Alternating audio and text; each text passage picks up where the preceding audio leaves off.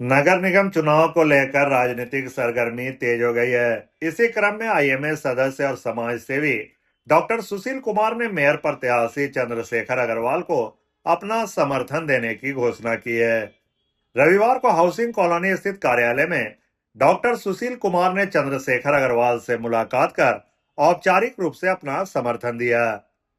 इस अवसर पर डॉक्टर सुशील कुमार ने कहा कि धनबाद के विकास को गति देने के लिए एक मजबूत और दूरदर्शी नेतृत्व की आवश्यकता है। उन्होंने आशा व्यक्त की कि चंद्रशेखर अग्रवाल के नेतृत्व में नगर निगम क्षेत्र में विकास कार्यों को नई दिशा मिलेगी और आम जनता की समस्याओं का समाधान प्राथमिकता के आधार पर किया जाएगा।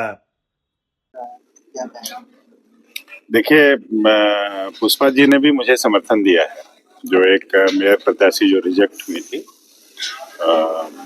उसके बाद डॉक्टर साहब पिछले चुनाव में भी मेरे साथ थे, लेकिन इस बार इनकी इच्छा और कुछ करने की थी। जो इनके भाव अभी हम लोग सुन रहे थे, ये निश्चित रूप से उच्च कोटि के भाव हैं और जिससे धनबाद लगातार जूझ रहा है और समय अब है कि उसके ऊपर काम करने की जरूरत है, क्योंकि हमारी मौतें अब उससे साक्षात्कार हो रही है उन प्रॉब्लम से।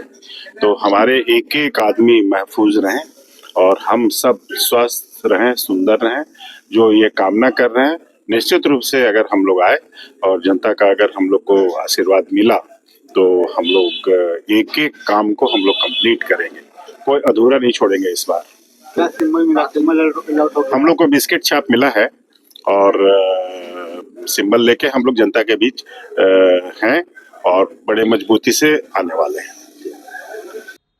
गौरतलब है कि डॉक्टर सुशील कुमार ने भी नगर निगम में मेयर पद के लिए नामांकन किया था, लेकिन स्क्रूटनी के बाद उनका नामांकन निरस्त हो गया। इसके बाद उन्होंने अपने समर्थकों के साथ विचार विमर्श कर मेयर प्रत्याशी चंद्रशेखर अग्रवाल को समर्थन देने का निर्णय लिया। वहीं समर्थन मिलने पर मेयर प्रत्याशी चंद्रशेखर अग्रवाल ने डॉक्टर सुशील कुमार का आभार व्यक्त किया।